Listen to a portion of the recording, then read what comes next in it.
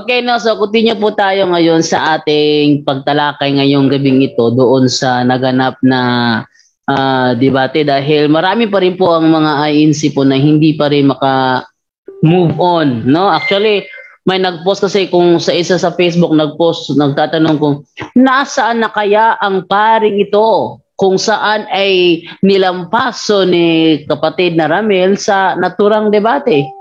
Nilampaso daw. Yun ang kanilang sinasabi na si Padre daw nilampaso. Pero, okay mga kalala, dahil ilang gabi po natin tatalakayin ito hanggang matapos po natin yung buong video sa ating gagawin na pagbabalik tanaw, no?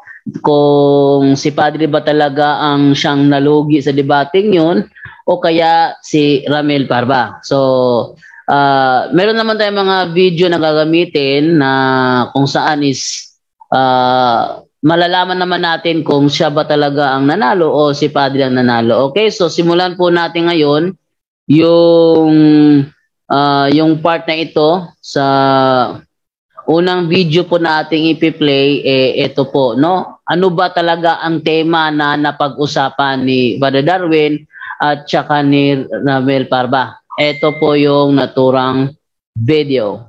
Ang tema nga akong pamatud-an mao kini. Sabi ni akong pamatud-an nga ang Iglesia Katolika Apostolika Romana ang tinukod ni Kristo sumala mao ang matuod nga iglesia nga tinukod ni Kristo sumala sa Biblia o referensya. Yan po ang topic po ni Father Darwin sa ano po yan sa debate niyan is patutunayan niya ng Iglesia Katolika Apostolika Romana ay ang tunay na iglesia ang itinayo ng ating Panginoong Jesucristo ayon sa Biblia at mga referensya. Yung paksa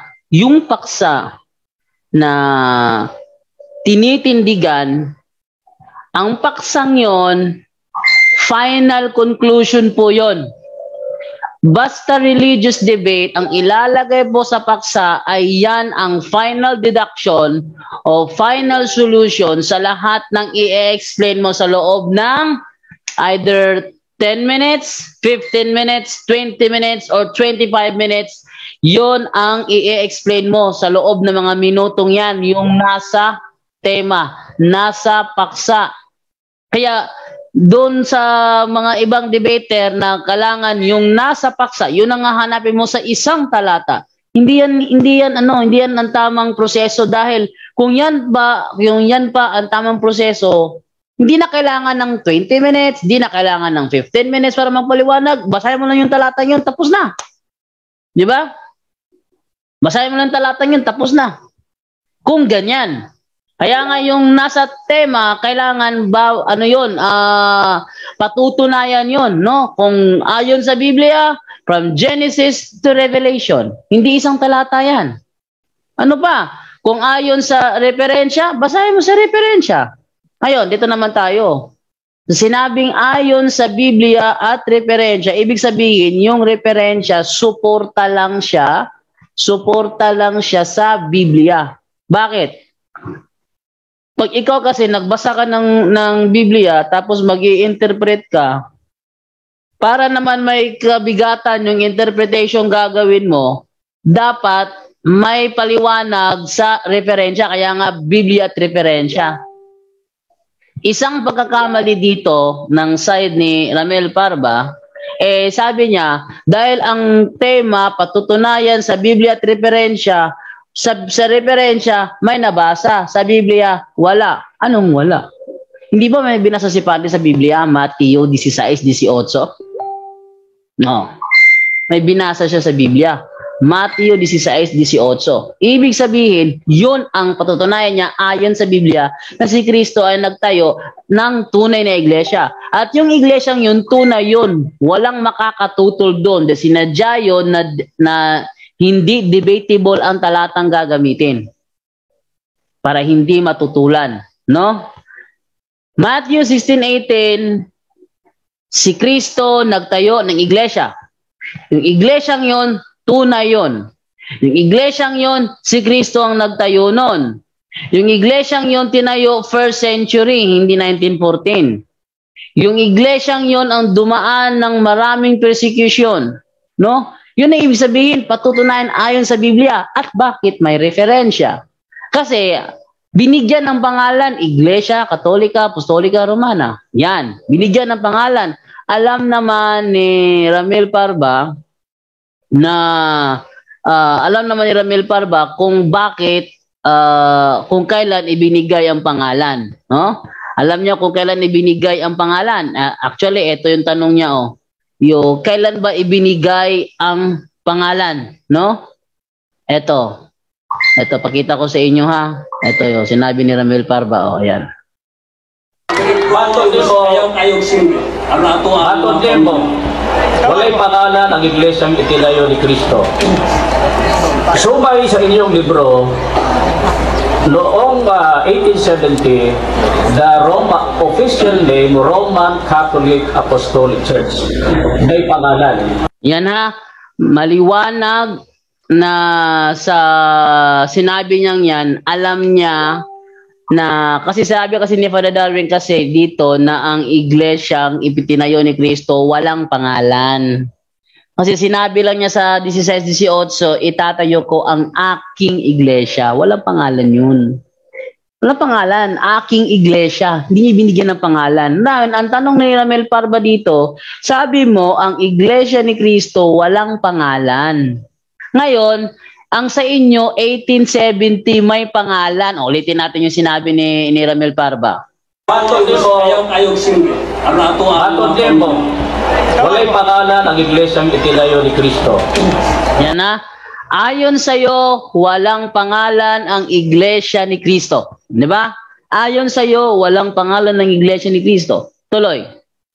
Sumay sa inyong libro, ayon sa inyong libro, noong 1870, the official name, Roman Catholic Apostolic Church. Yan, alam niya na batay sa ating libro, inaamin ng ating libro na yung official name ibinigay lamang noong 1870. May pangalan.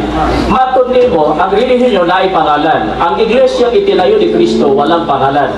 Sa mga tuwid, sapagkat walang pangalan yung iglesia ni Kristo, yung iglesia itinayo ni Kristo, sa inyo may pangalan, sa mga tuwid, hindi yung iglesia itinayo ni Kristo. Yan, yun yung kanyang katanungan. So, ibig sabihin, alam na alam ni Ramil Parba, alam na alam niya na ang pangalan ibinigay lamang, yung official name, ibinigay lamang noong 1870, yung official name. Alam niya yun. Ngayon, ano ba ang tema? Ang tema, patutunayan ayon sa referensya. Dahil sa 1870 binigay pangalan, babasahin sa referensya. Oh. Dahil ang topic, patutunayan ni Father Darwin na ang Iglesia Katolika, Apostolika, Romana, ang tunay na iglesia tinayo ng Panginoong Jesucristo ayon sa Biblia, Matthew 16:18, wala pang pangalan yon. But ang paksa kasi may pangalan na. So para malaman na yung patutunayan niya ay nasa paksa, yung binasa niyang referensya, patunay yon na yung Matthew 16:18, yun ang iglesia binigyan ng pangalan. Ganyan po ang naturang debate, ano? Tapos ano ba ang sabi dito ni paano ba naging tunay ang Iglesia Katolika? Pakinggan natin si Father Darwin kung bakit naging tunay ang Iglesia Katolika.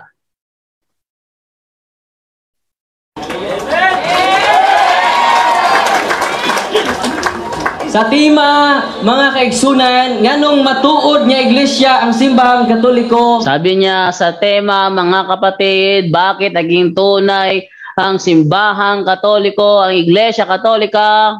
Usara ang hinungdan ug usaray rason. Isa lang ang dahilan at isa lamang ang rason. Tungod kay gitukod kini sa atong Ginoong Hesukristo. Dahil ito ang iglesyang itinayo ng ating Panginoong Hesukristo. Yun ang ibig sabihin nun. Bakit naging tunay? Hindi dahil mababasa ba ang pangalan o hindi, mababait ba ang mga miyembro o hindi. Yung karakter, hindi yun ang batayan eh. O, pakinggan natin si Father Darwin kung batayan ba ang karakter sa tunay na iglesia. Eto. Ang nakapatinuod sa simbahan dili tungod kay nagdasangan. Yan. Nakapagpatunay sa iglesia hindi dahil dala-dala niya ang pangalan. Oh? Hindi dahil sa ito ang pangalan. Ano? Ang nakapatinuod sa simbahan dili tungod sa karakter sa simbahan. Oh. Ang nakapagpapatunay sa iglesia ay hindi ang karakter ng mga miyembro. Badlungon o bandili. Kung ito ba ay may mga matitino o may mga loko-loko. So tama yun. Sabihin mo man na may mga loko-loko sa grupong yan. Tunay ba yan? Eh di i-trace mo yung origin ng simbahan. Hindi mo huhusgahan ng isang iglesia kung tunay ba o hindi dahil yung kanya mga membro mababait.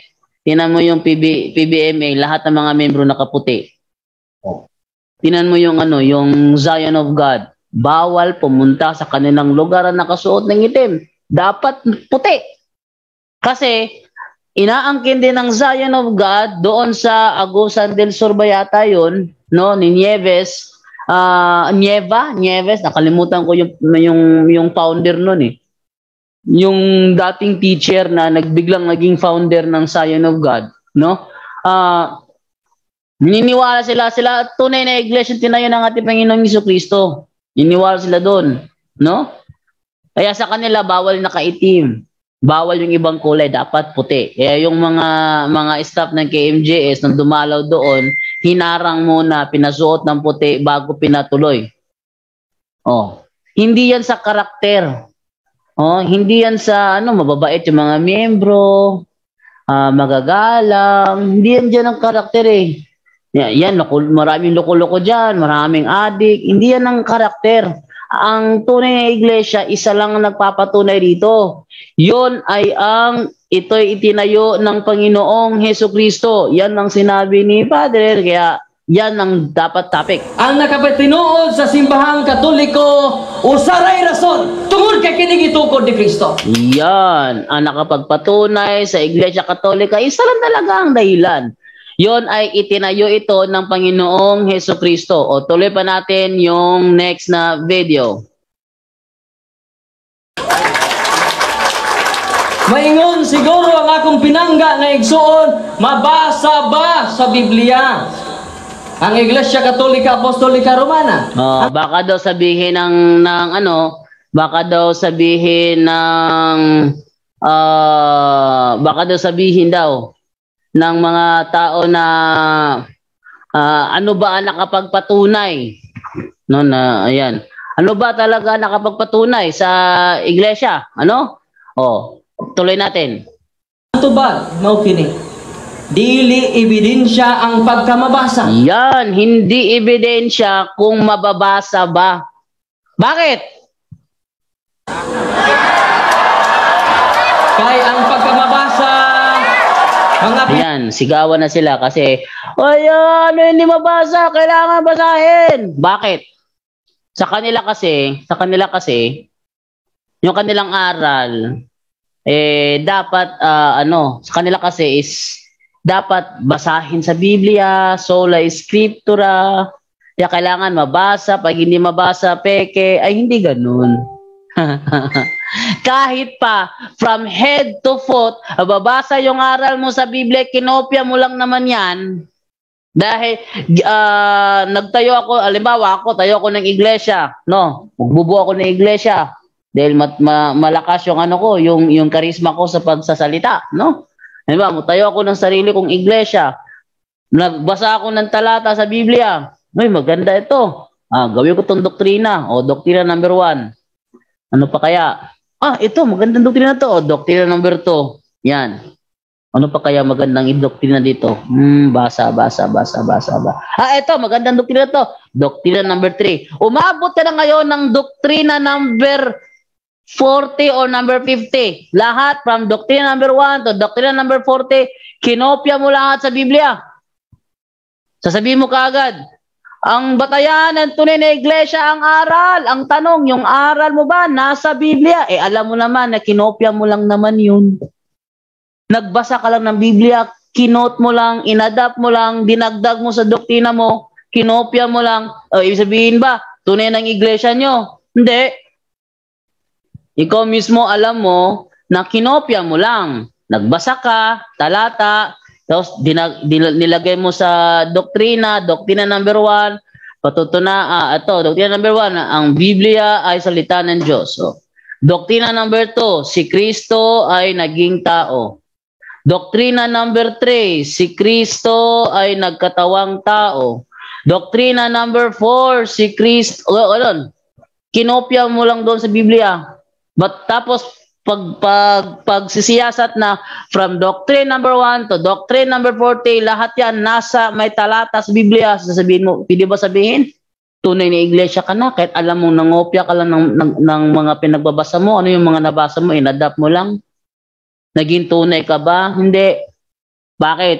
Alam mo kung kailan kayo nagsimula. Alam mo kung kailan kayo nabuo. Alam mo kung ano ang hirap na dinanas mo para maitayo ang samahang yan. Kaya kahit na anong sabihin na kami ang tunay na iglesia, kung alam mo naman kung kailan nagsimula, ano ang naging dahilan kung bakit nagsimula, ay hindi tunay na iglesia yan. Dali lang kasi yung mag-claim, no? O, tuloy natin yung video. Tangga na mga kaigsunan, nga kung maunay inyong barahan, mga kaigsunan, daghaling tinuod. See? Ang ibig sabihin ni Brother Darwin na kung yan ang patunay nyo na kailangan may talata, aba, maraming lilitaw na totoo dito. Bakit? Dahil lahat kasi sila nagbasa ng Biblia, no? Lahat sila nagbasa ng Biblia. Kasi kailan lumitaw ang protestante? 1521. Kailan na-compile ang Biblia? 405. Kailan nabigyan ng kapitulo? 13th century. Wala pang protestante. Kaya nga, isa sa mga magandang gawin kong episode, challenge question, kung kayo ang tunay na iglesia, ano ang naiambag nyo nung panahong binubuo bilang isang libro ang Biblia? Ano naiambag nyo? Kayo ba ang nag-compile? Kayo ba ang nag-translate? Kayo ba ang nagsulat? Kayo ba ang naglagay ng chapter? Kayo ba ang naglagay ng verse? Anong naiambag nyo? Kasi ganito yan. Halimbawa, apostol ako, halimbawa. Tapos, isa ako sa mga nagsulat. Sa San Pablo ako. Nagsulat ako kay Timoteo. Yung sinulat ko kay Timoteo, natural, ibibigay ko yung kay Timoteo. Si Timoteo naman na nakatanggap ng sulat ko, ituturo niya yun sa kanyang pagkakatiwalaan. Yung mga sinulat ko sa kanya, ituturo niya yun doon. Tapos yung tinuruan naman niya, magtuturo na naman doon. Turo. Yung binigay ko kay Timoteo, natanggap niya yun. Panahon na i-reproduce na para gawing libro. Sino makakapagpalabas? Yung pinasahan ko't pinasahan niya o yung hindi namin pinasahan? Sino makakapagpalabas? Siyempre, ang makakapagpalabas nun, yung pinasahan. Hindi yung iba. Pinasahan ko yung membro ko, atheist ang maglalabas. Eh, hindi pwede yun. Hindi pwede atheist maglalabas kasi hindi naman siya pinapasahan ko eh. At saka may tagubilin si Apostol Pablo kay Timoteo na ipagkatiwala mo ito sa taong alam mo na makapagtuturo naman sa iba. Yan ay mababasa naman natin sa ikalawang Timoteo 2:2, no? Sabi dito ganito, tatawa ko sinakyan ito ni nung katunggali ko na MCGI para lang mailipat sa turo. Yan.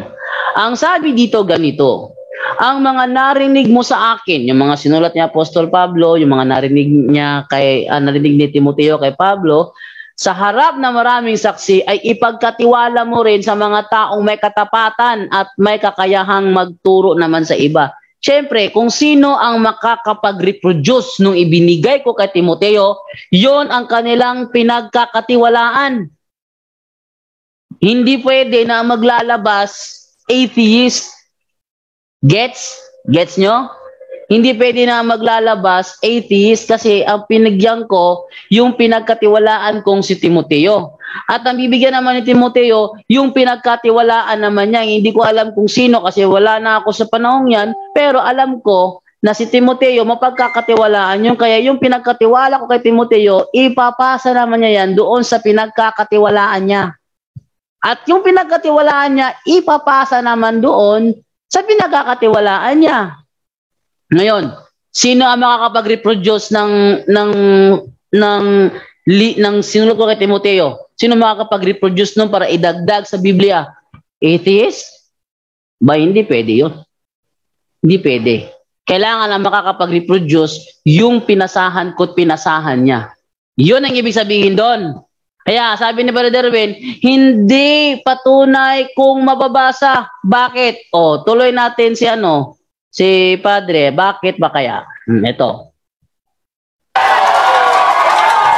Kay moingon mo ang mabasa mo ay magkapatinuod sa simbahan pagkahuyang sa maong argumento, mga kaigsoon. Yan, napakababaw ng argumento kung sasabihin mo, tunay kami kasi nabasa nyo sa Bible. Hindi yun ang batayan. Nabasa mo lang, tunay na kayo. Paano kung kinopya lang yan ng leader ninyo? Nabasa niya sa Bible. Magandang i-title ito. Bigyan ko kayo ng halimbawa. Halimbawa, ganito. Kukuha ako. Young's Literal Translation. Yan, Young's Literal Translation. Gawa 2028. Yan, ito pinag-aagawan itong talata ng mga ng mga nagpapaalo na dapat mabasa yung kanilang pangalan . Ito ngayon. Take heed therefore to yourselves and to all the flock, among which the Holy Spirit made you overseers to feed the assembly of God that He acquired through His own blood. Bakit paborito nilang basahin ang Lamsa translation? Dahil nakalagay doon Church of Christ. Ngayon, bakit paboritong basahin ng Church of God ang King James Version? Dahil nakalagay doon Church of God. Ngayon, bakit din nila ginagamit itong Young's Literal Translation? Bakit hindi nila ginagamit ang Young's Literal Translation? Dahil nakalagay Assembly of God. Ngayon, Assembly of God, gagamitin to. Nasa Bible din kami, mababasa yan sa Bible. Ngayon, dahil mababasa sa Bible ang Assembly of God, tanong, tunay rin ba? Ayan. Tunay rin ba? Aba, hindi. Kahit mabasa mo pa letra por letra sa Biblia, Young's Literal Translation, Acts 20:28, Assembly of God, it doesn't mean na tunay na. Kaya ang sinabi ni Padre, napakababaw na argumento kung sasabihin nyo, nabasa nyo lang yung pangalan nyo sa Biblia, tunay na kayo. Di ba? Tuloy natin. Ito. Kay kung maunay basihanan sa atong pinangga nga igsuon o mga kaigsunan nako nga pinangga nga niya din ni karon ilang foundation sa ilang katurungan gipasukad sa huyang nga argumento. Ayan, sabi ni Padre, kapag yan ang batayan nyo ng inyong pag yan ang diyan nakatuon yung foundation ng pananampalataya na basa lang sa Bible, napakababaw ng argumento. Bakit kaya? Tuloy natin. Kay kung maunay basihanan, makaigsunan, tinuod sang born again. Oy, tama. Dahil kapag yan ang batayan na kailangan mabasa, tama, meron na lang kang born again. Bakit? Kay mabasa man. Yan, dahil mababasa din ng born again. Tanong, mayroon ba sa Biblia yung born again? Meron. Naalala ko dati, nandun ako sa sa hometown ko sa Ozamis. Kalain nyo? Si Pastor Dinoro ng Sanctuary of the Living God. Kasi yung tapat ng kanyang simbahan, karinderya yon na pumamayari ng Seventh-day Adventist. Kapag nag-lecture siya sa Sunday worship nila, narinig sila doon sa tapat, nasa tapat lang yung yung karinderya ng Seventh-day Adventist, nasa tapat lang. Aba, akalain mo, pag nagbasa yon, sasabihin niya, ang sabi sa Biblia, you must be born again. Oh, it is a mandatory word. Mandatory yun, ha? You must be born again. Walang sinabing you must be a Catholic. You must be a Seventh-day Adventist. Ang sinabi, you must be born again. Oh, ganun si Dinoro pag nangaral yun. Nakinopya naman ni Pastor Kalayka, tatay ng classmate kong si Bethel. Oh. Tatay ng classmate ko sa elementary na si Bethel Kalayka. No. Si Pastor Kalayka, ganun din ba nagturo yung firstborn siya sa kanya naman. Church of the Firstborn. Born again pa rin. No? Hindi sinabi na you must be a Catholic. You must be a Seventh-day Adventist. Ang sinabi, you must be born again. O, nabasa born again. Tunay na ba yun? Hindi. Kaya, hindi batayan kung mabasa man o hindi. O, pakinggan natin ulit si Father Darwin. Ano pa, Padre? Tuloy mo. Sa San Juan 3:5, ang matao pag-usab dili makasud sa langit, born again. Wala tinuod na po sila kay nabasa man. Unya ang mga Christian Fellowship mingon man po babasa man po may. Ayun, pati pala Christian Fellowship aangkin din. Paano ngayon yan? O tama. Paano ngayon yan? Babasa din naman kami. O tuloy, Padre. Na diha sa Buhat 11:26 nga ang unang sumusunod ni Kristo gitawag og Kristohanon nga pundok, idi tinuod po sila. Ayan, mababasa din pala sa Gawa 11:26 na ang mga mananampalataya sa unang pagkakataon sa Antioquia ay tinawag na mga Kristiyano. Kristiyano din naman kami. O tingnan nyo sa Ozamis. Dahil meron sa Biblia, iglesia sa Corinto, iglesia sa Efeso, iglesia sa Galacia, iglesia sa Thessalonica, meron din sila iglesia sa Ozamis. May sarili pa silang version ng Biblia. Hindi ko alam, hindi ko tatandaan yung kanilang version.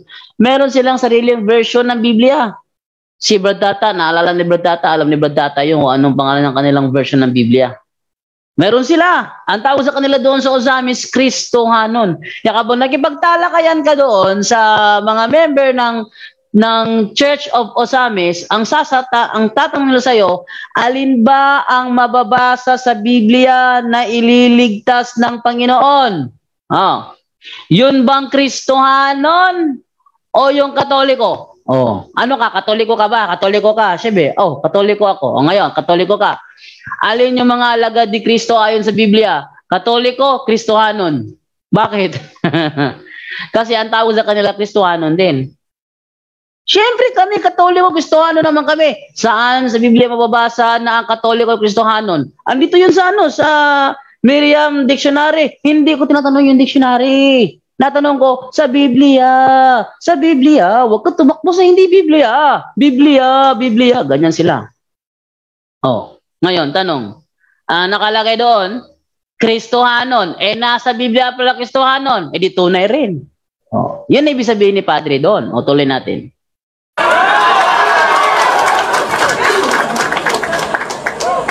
Dugang paniyana, mingon po ang mga saksi ni Jehovah na amang po'y mabasa sa Biblia. Kamu akong mga saksi. Yes, definitely talagang ginagamit niya ng mga saksi ni Jehovah yung Isaiah 43 Gs. Isaiah 43 Gs. Tinuod na buong saksi.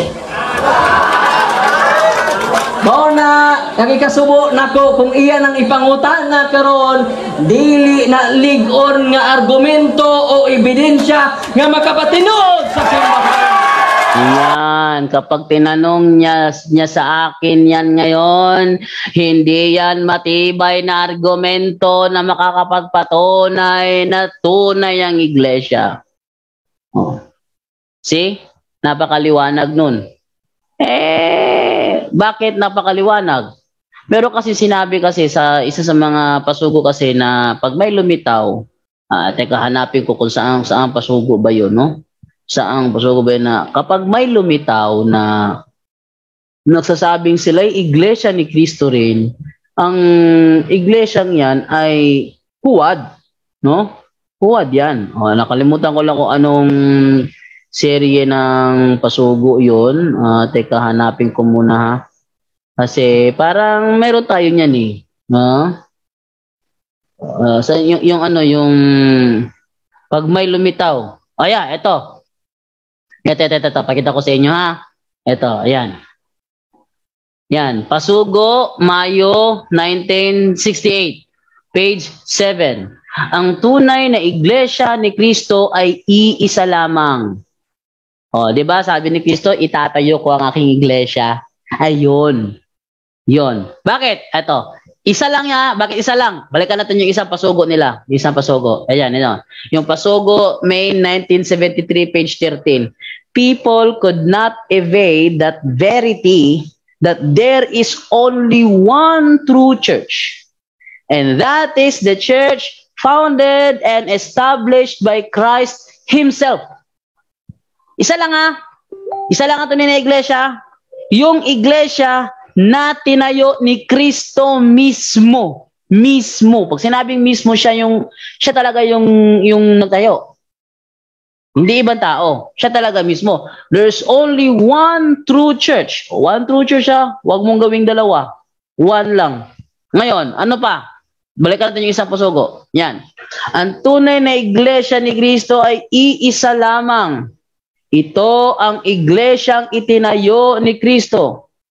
Kung mayroon mang nagsibangon ngayon na mga iglesia at nagsasabing sila man ay iglesia ni Kristo rin, ngayon, iglesia ni Kristo rin, ang mga ito ay hindi tunay na iglesia ni Kristo, kundi huwad lamang.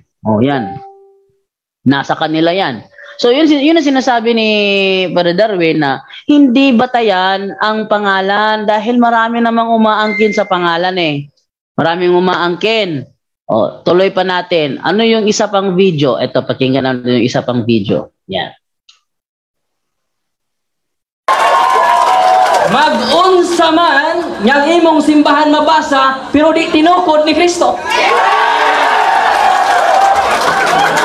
Ano ngayon? Ano ang mangyayari kung yung iglesia mga kinahani ba mababasa nga sa Biblia pero hindi naman si Kristo ang nagtayo? Alam nyo paano malalaman yung ganyan? Tanungin nyo si Google. Search nyo lang. Halimbawa, MCGI founder. Enter. Lalabas, Eliseo Soriano. Type nyo naman, Seventh-day Adventist founder. Lalabas, 4. James White, Jane Andrews, Ellen White, Joseph Bates. Lalabas yung 4. Mormons founder. Enter, lalabas, Joseph Smith. Yan. Ganyan lang kadali yun. So, Joseph Smith, Iglesia ni Cristo din yun. Yung Mormons, Iglesia ni Cristo din yan. Church of Jesus Christ in Latter-day Saints. Iglesia ni Cristo din, no? Church of Jesus Christ. Iglesia ni Jesus. Yesu Cristo. Iglesia ni Yesu Cristo sa mga huling araw.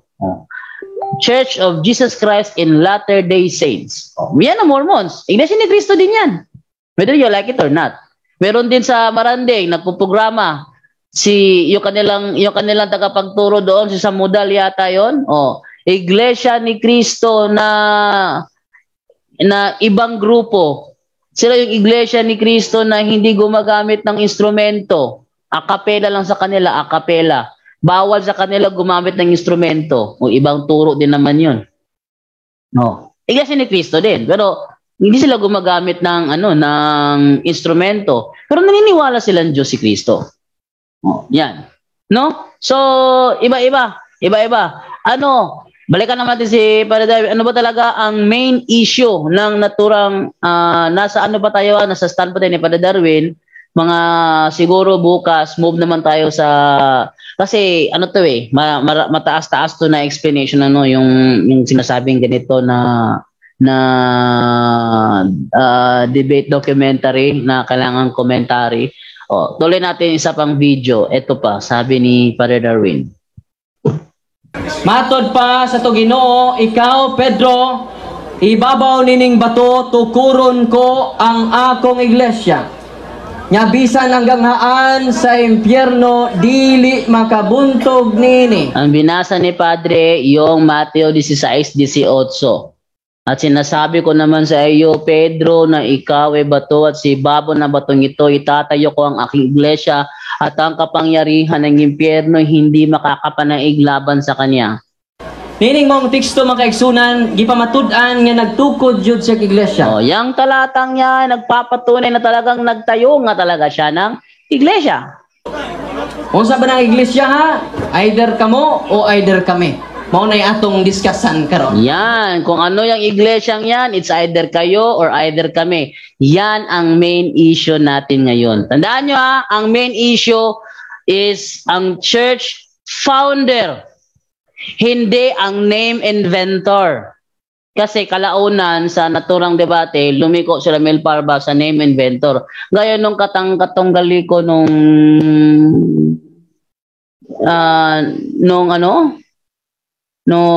isang araw na MCGI, no nakatunggali ko, ang topic namin is where is the true church noon sa ngayon, nasa na to yung iglesia at kung saan yun ang dapat aniban. Yun ang aming topic. Anong ginawa?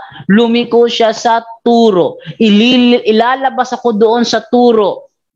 Tapos doon naman siya ngayon sa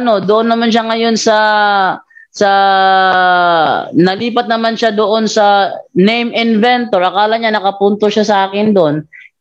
Abay, pinost pa naman niya doon sa isang GC. Aani ba kayo sa iglesyang invento lang yung pangalan? Bakit MCJ invento rin naman yung ngalan na MCGI invento rin naman yan Dati, bago yan naging MCGI, iglesia ni YHWH. Ang dami pa ni yung sinabi ni Alfie Angeles na meron din siyang ipinarehistro, iglesia ng mag-ama. Mag-amain ba yun o magtiyuhin ba yun? Isa yun sa mga...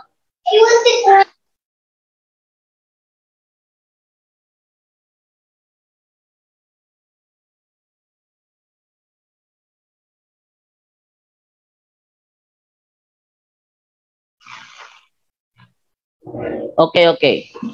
Tomorrow na. So, continue po tayo, no? So, yun po ang ibig sabihin na yun ang main issue. Church founder, hindi ang name inventor. Bakit?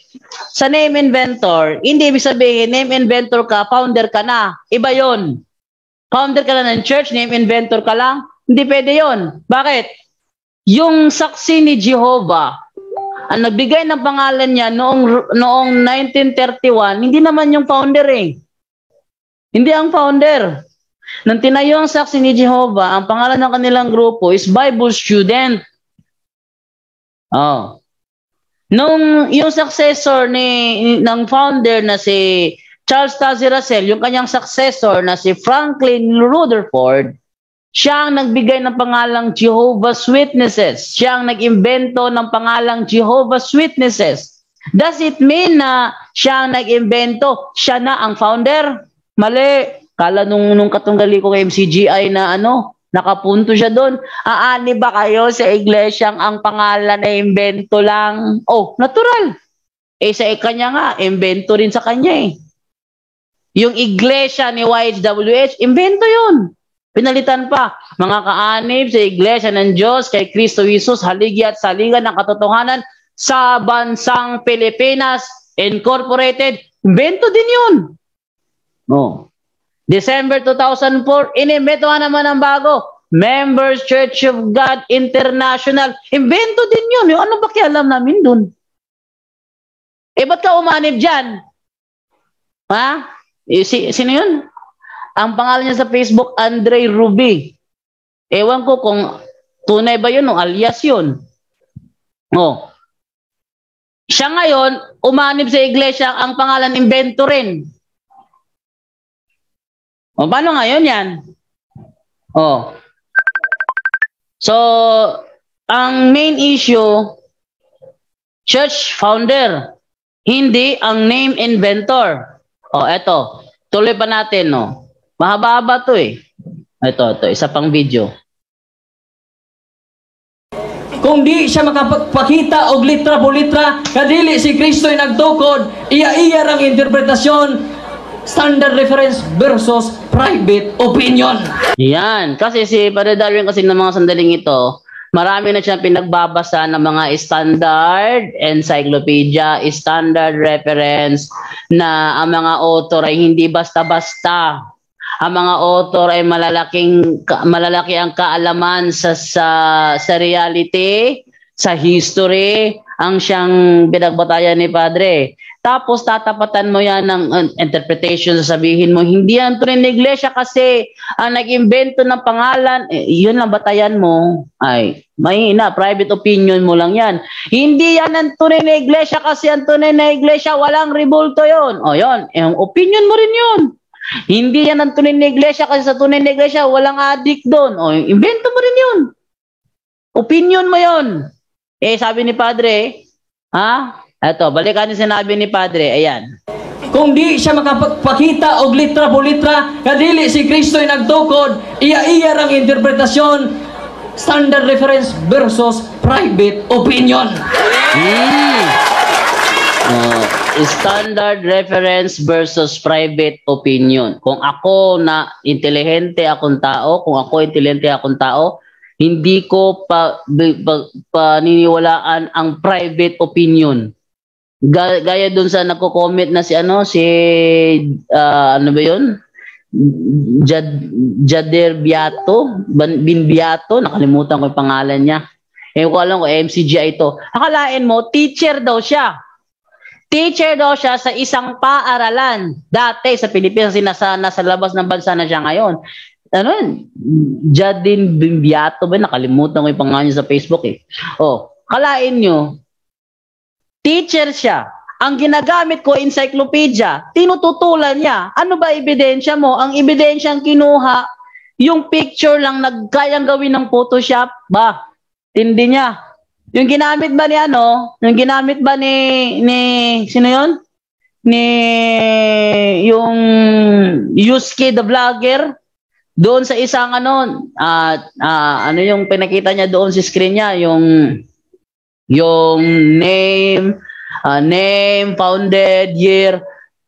Kayang gawin ng Photoshop yun. Maniniwala ka doon. Compare mo sa isang encyclopedia, napakatibay na encyclopedia, tatapatan mo lang ng gawa ng Photoshop. Oh. Yun, no? So, yun ang pinagkaiba doon. Tuloy pa natin. Okay. Ito pa sinabi ni Padre. Kaya wa man nganli sa Biblia. Mao nang ginganlan kini diha sa referensya, mga kaigsunan. Ayun pala ang dahilan kung bakit patutunayan ayon sa Biblia at referensya. Ang referensya, suporta lang yun sa Biblia. Sa Biblia, hindi binigyan ng pangalan. Sinabi lang ni Kristo, I will build my church. Yun ang sinabi ni Kristo, I will build my church. Wala namang pangalan dun eh. Wala pangalan dun. Sa referensya, dahil tumakbo yung panahon, wala nang nagsusulat ng Biblia. Nasa referensya na, nasa history na taong 107 daw, sabi ni Ramil Parba, no? Pero 110 po yun. 110, binigyan siya ng pangalan ni Bishop Ignatius. Wala na nagsusulat ng Biblia noon. Oh. Yun ang patunay ng referensya. Suporta siya sa Biblia. Hindi pwede na nabasa mo sa referensya, kailangan mabasa mo nito sa Biblia. Hindi ganoon ang ayon sa Biblia at referensya. Oh, kung talagang may alam sa debate, iba yun. Pero okay? Ito pa sabi niya, kasi kapag marami kasi sa mga error sa mga ibang mga ngaral, wala na minsan nakakahanap din ako ng ganitong mga issue sa mga mga SDA, no? SDA kasi SDA ako dati. Mahilig kaming gumawa ng kwento based sa aming understanding at hindi bata sa reality. Naalala nyo?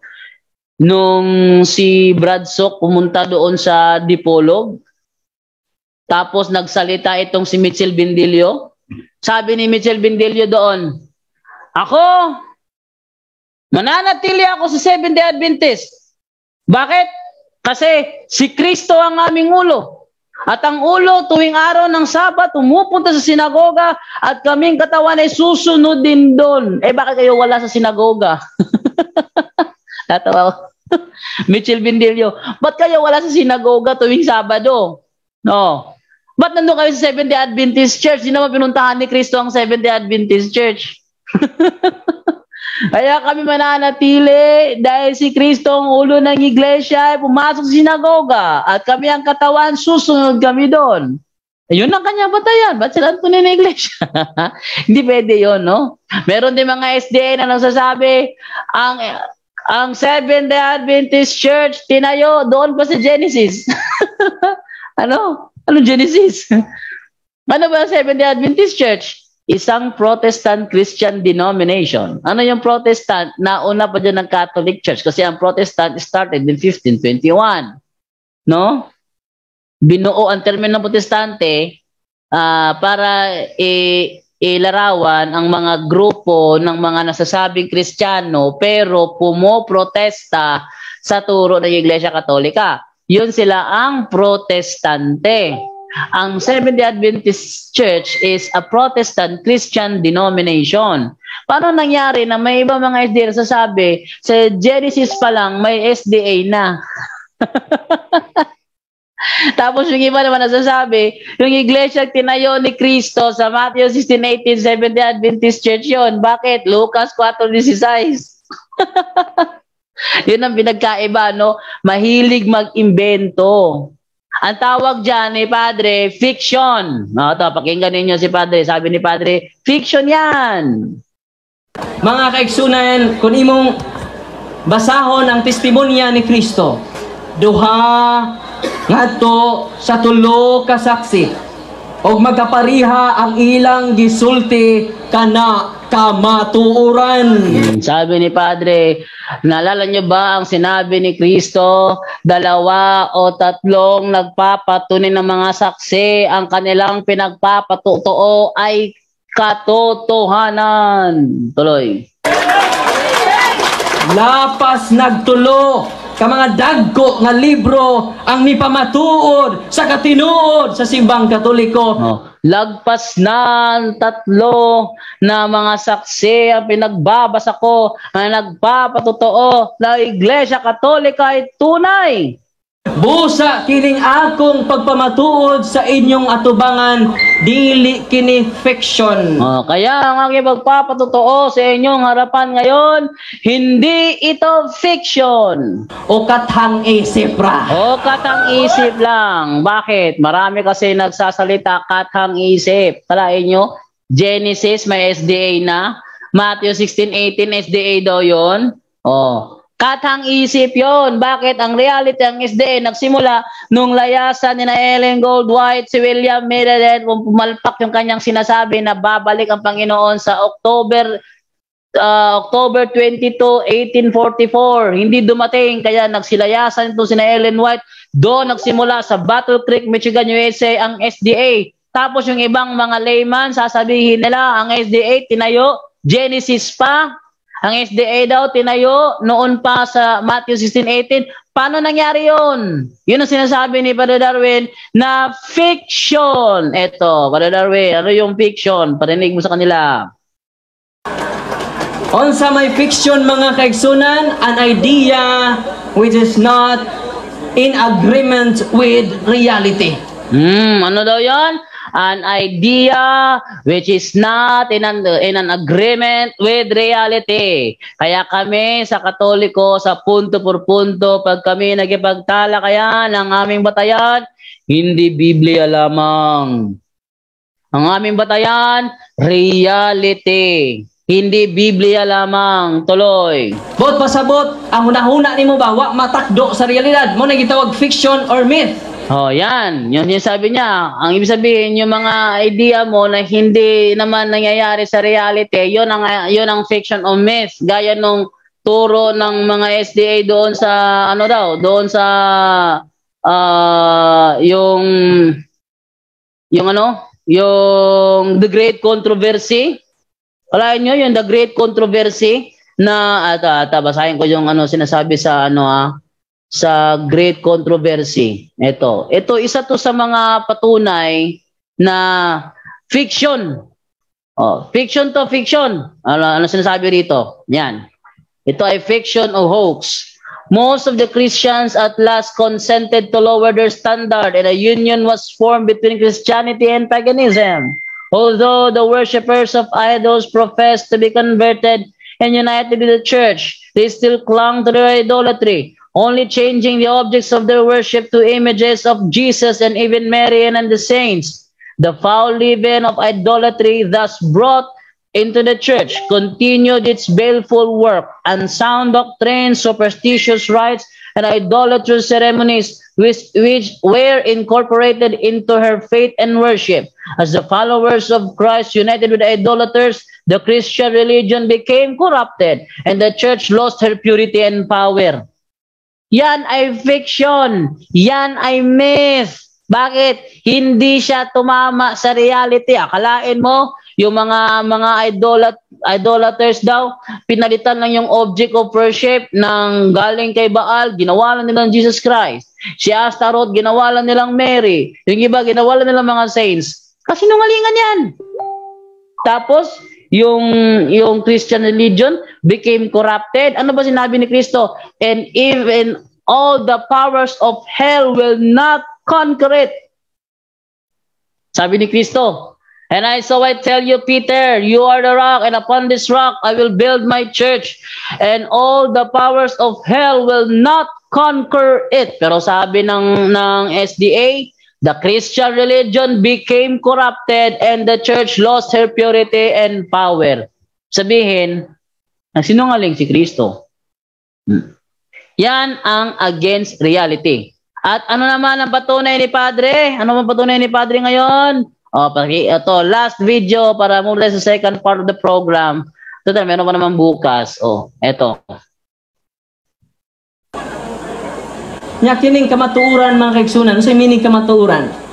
Truth conforms with reality. Ayun. Ano daw yung truth?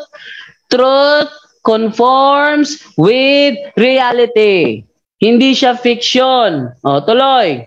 Yang kamatuuran nahisibo sa realidad. Kay nahisibo mas realidad, di modo mga kaigsunan. Kining akong pagpamatuod karon dili kini kathang isip, kundili kamatuuran. Iyon.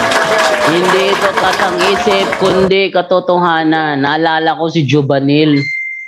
Di ba kilala ng karamihan si Jobanil? Kalain mo, napakinggan ko, may katalakayan siya.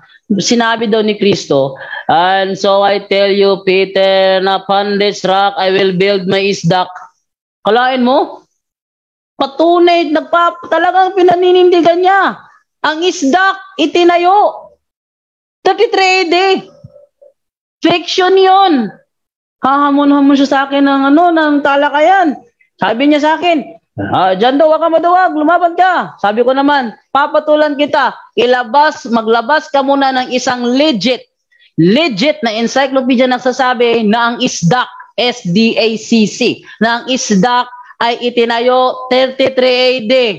Nakapagpakita ka na ng legit na encyclopedia, saka pa kita papatulan.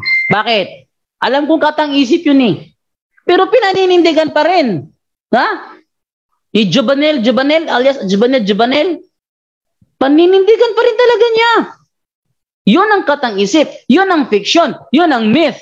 Pero yung truth, it conforms with reality. At ang reality, walang isdak dun.